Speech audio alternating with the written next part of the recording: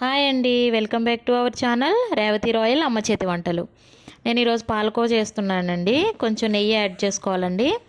నెయ్యి యాడ్ చేసుకుని తర్వాత మిల్క్ యాడ్ చేసుకోవాలండి. కొన్ని మిల్క్ వేసుకుంటున్నాను చూడండి. మిల్క్ నెయ్యి బాగా కలిసేటట్టు ఒకసారి మిక్స్ చేసుకోవాలండి. మిక్స్ చేస్తున్నాను చూడండి, నేను అలా మిక్స్ చేసుకోవాలి. మిక్స్ చేసిన తర్వాత ఒక 2 పొంగులు వచ్చేంత వరకు పాలను బాగా మెరగనివ్వాలండి. మరిగిన తర్వాత 1 కప్పు మిల్క్ పౌడర్ వేసుకోవాలండి. మిల్క్ పౌడర్ వేసుకొని బాగా కలుపుతూ ఉండాలండి.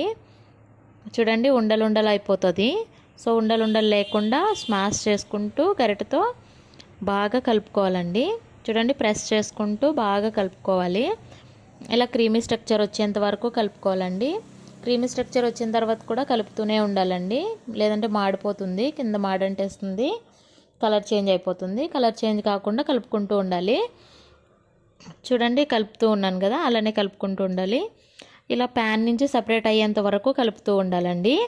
చూడండి, కొంచెం కొంచెం చేంజ్ అవుతుంది కదా. ప్యాన్ నుంచి సపరేట్ అయిన తర్వాత 2 స్పూన్ల షుగర్ యాడ్ చేసుకోవాలండి. ఇక్కడ నేను యాడ్ చేస్తున్నాను చూడండి. 2 స్పూన్ల షుగర్ యాడ్ చేసుకొని మళ్ళీ బాగా కలుపుతూ ఉండాలండి.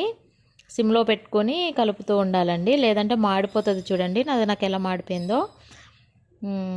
అలా మాడిపోకుండా కలుపుతూ ఉండాలండి.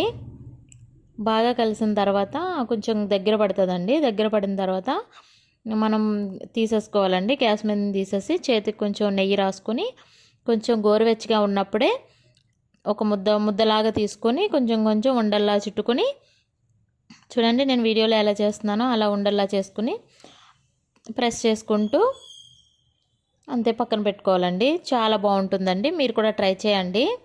పాలకోవా చాలా సింపుల్గా ఈజీగా చేసుకోవచ్చండి ఇంట్లో.